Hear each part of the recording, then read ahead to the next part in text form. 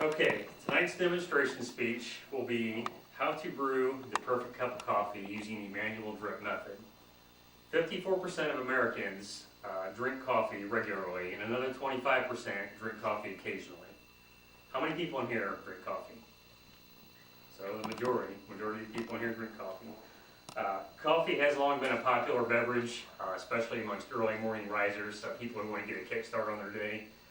If you're like me, somebody who works a very full-time job, who is to school part-time and has a family, you don't just enjoy coffee, you kind of depend on it. So for me personally, coffee is practically a food group. Today I'd like to share with you the manual drip method, how to brew a top quality cup of coffee using the manual drip method. And as you'll see, with today's Keurig machines and fancy coffee pod machines, the manual drip method is kind of a throwback method. Now personally, I've been drinking coffee for over 20 years, since I was, in early or late teens. And in that time, I've developed a fascination and a love for coffee that has led me to explore and research and experiment the different brewing methods of coffee. And I want to share this method with you because I think it demonstrates some of the art and the craftsmanship of brewing coffee that some of today's technology has kind of taken away. And a lot of the experts agree that this is a method that will produce a superior cup of coffee. In the book, American Classics, it's a cookbook that was written by the editors of Cooks Illustrated. They talk about a section there where they've done experiments with all the different brewing methods of coffee, and with convenience of brewing, temperature, body of the coffee, and the taste. And what they found using those factors is, of all the brewing methods, more often than not, the manual drip method produced the best cup of coffee. As I stated, the majority of Americans drink a cup of coffee, at least occasionally, in some form. And thanks to people like Howard Schultz, the founder of Starbucks, we can enjoy a variety of coffee, whether it be regular coffee, cappuccinos, frappuccinos, lattes, on and on and on.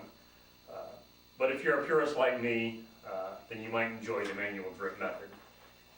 Now, some of the equipment for this is called the manual drip cone. This is the basic cone for using the manual drip method. Measuring utensils, filters that go in the cone, and bean grinder. Now this is kind of a fancy bean grinder. This is called a bird grinder. They do sell hand models of this, but this is the one I have, the bird grinder. And then of course your beans, and this is going to be personal preference on your beans of what you like as far as your taste goes, light roast or dark roast. This particular bean here is a Sumatran Mendoline, which is a dark roast, which is something I prefer. And then of course a heat source. I have an electric kettle here with some quality water. And I mention quality water because while tap water is okay, some municipalities do treat their water or chlorinate their water, which can affect the taste of the coffee, and I prefer the purest source possible, be it water or bottled water. Now the actual process of the brew is we're going to heat the water to boiling. I got that started. I'm going to set up my cone and filter, and I'm using a clear jar here today so you guys can see the brew.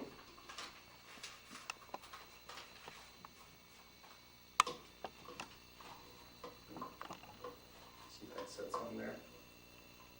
That may not sit on there right.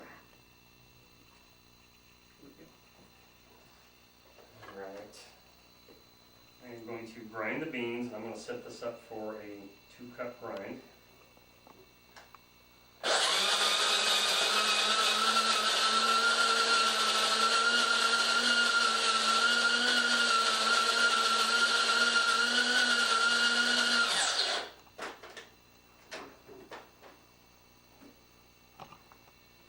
And I will measure coffee out into the filter, and we're going to want to go, the right ratio of ground beans to water is 2 tablespoons per 6 ounces of water.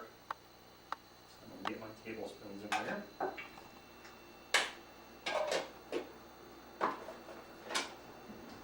Level that out just a bit.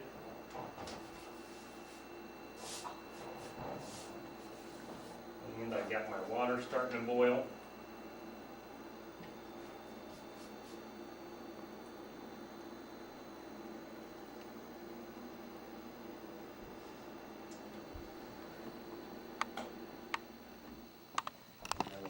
about 6 ounces of water.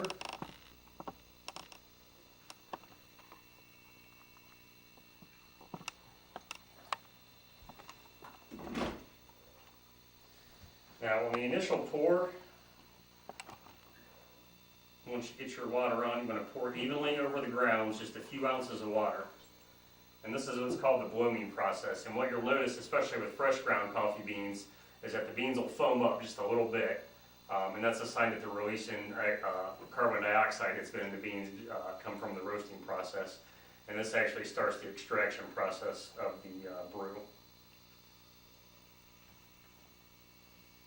And then I'm going to pour evenly over the beans, just a few ounces at a time. And this is what's called pulse pouring, as opposed to just pouring all the water on at once. And that allows for the maximum extraction of the particular flavor and the subtle nuances and stuff in the beans.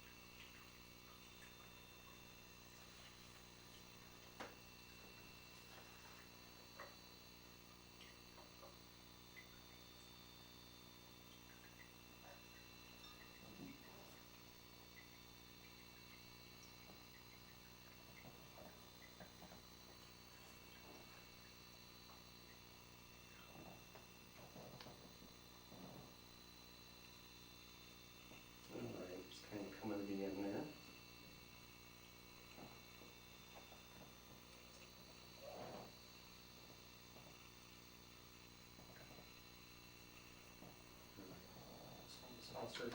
So in conclusion, we have used 7 steps to manually brew a cup of coffee, and demonstrating some of the craftsmanship and art that goes into the cup of coffee.